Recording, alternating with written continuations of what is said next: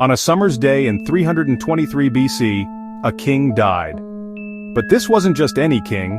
This was Alexander the Great, and with his last breath, the greatest empire the world had ever seen was thrown into chaos. But the most shocking twist in this epic story wasn't who would inherit his throne. It was who would inherit his body. For a short time, Alexander's embalmed body was treated like a sacred artifact. But then, it became the ultimate prize. A symbol of legitimacy, power, and destiny. The ultimate trump card in a brutal game of succession. Today, his body and his tomb are one of history's most tantalizing mysteries, lost to time. But why was this dead king's body so important? Why did men wage war over his corpse? And what can this one macabre story tell us about the true nature of power?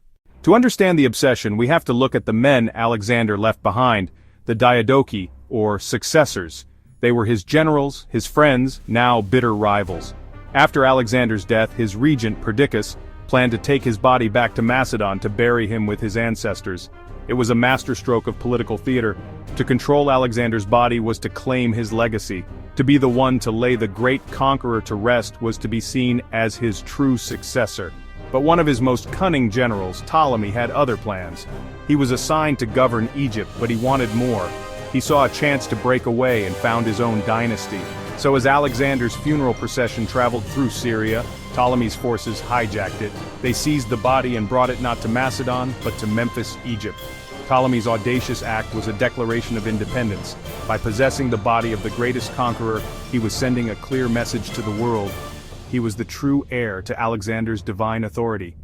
He even had a state cult of Alexander created, and later, the body was moved to the newly built city of Alexandria, where a magnificent tomb known as the Soma was built to house the king and the new Ptolemaic dynasty.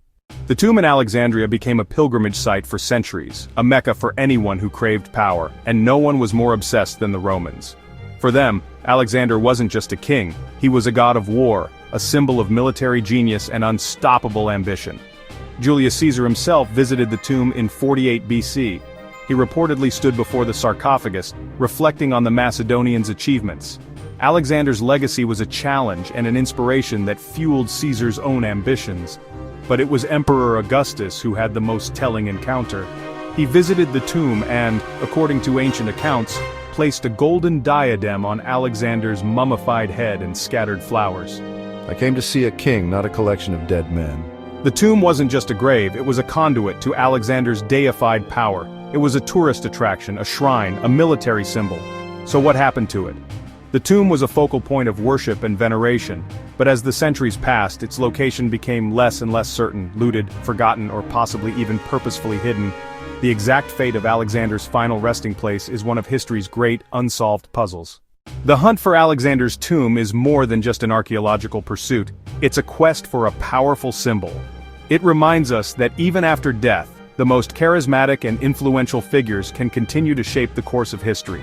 Their bodies, their legacies become a source of ultimate power.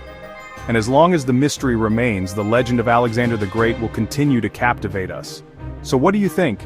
Do you believe his tomb is still out there, waiting to be discovered? Let us know in the comments below. And if you're as fascinated by history's greatest mysteries as we are, hit that subscribe button and turn on notifications. You won't want to miss what we uncover next.